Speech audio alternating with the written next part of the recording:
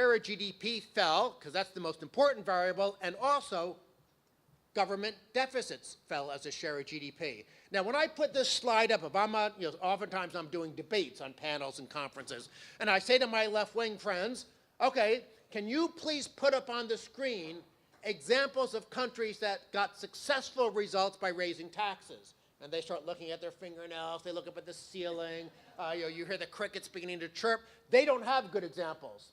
Now, the bad news, I don't have a lot of examples because it's very rare for politicians to do the right thing. But when they do the right thing and control the growth of spending, we get very good results. When they raise taxes, as we saw with those European numbers, you get very, very bad result.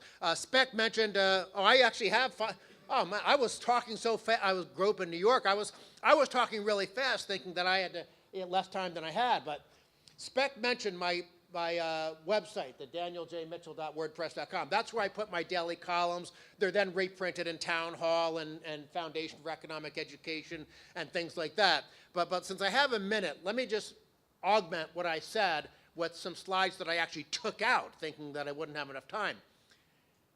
We all in this room, I suspect, instinctively like the idea of a balanced budget amendment.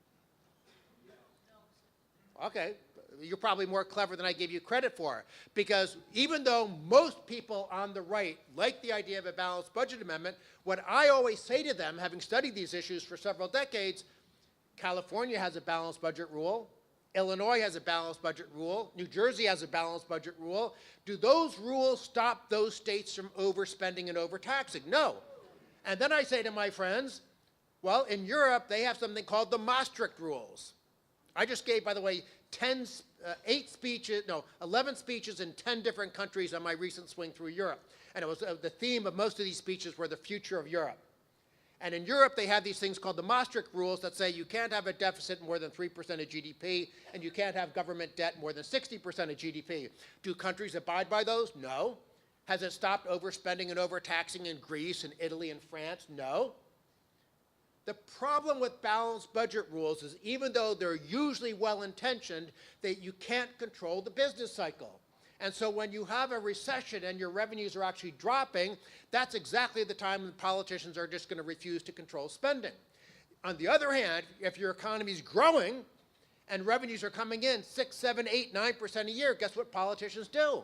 They start increasing spending 6, 7, 8, 9% a year. And we see the same thing, of course, in US states. This is why when I talk about my golden rule of having the private sector grow faster than the government, the way to enforce that is with a spending cap rule, not with a balanced budget rule.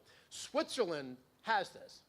In, I think it was 2001 or 2002, one of those 2 years, 84.7% of voters in Switzerland voted for a referendum to impose a spending cap on the country.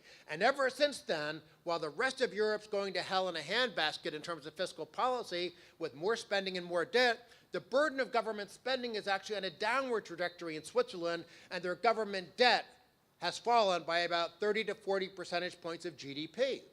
By the way, Hong Kong, Article 107 of their basic law is a spending cap. It explicitly says you shouldn't have government grow faster than the private sector. Now, Hong Kong's not really a democracy, so I'm not sure if it ever actually push came to shove, if it would actually constrain spending. But for whatever reason, the Hong Kong government has been obeying that rule, and Hong Kong is one of the fastest growing, most prosperous places on the planet. Colorado, and this will be my final point, because now I am running out of time. Colorado has something called TABOR, Taxpayer Bill of Rights, once again imposed by voters over the will of politicians, and that in effect says you can't increase government spending. It's actually indirect through the revenue side, but you can't increase spending faster than the growth of inflation plus population. Spending caps are the way to control government. Make sure that spending cap is set so that government grows slower than the private sector. You do that, you get great results, but right now, we're in deep trouble because we don't have that kind of constraint. And for those of us who worry about the future of the country, we have a lot to be concerned about. Thank you very much.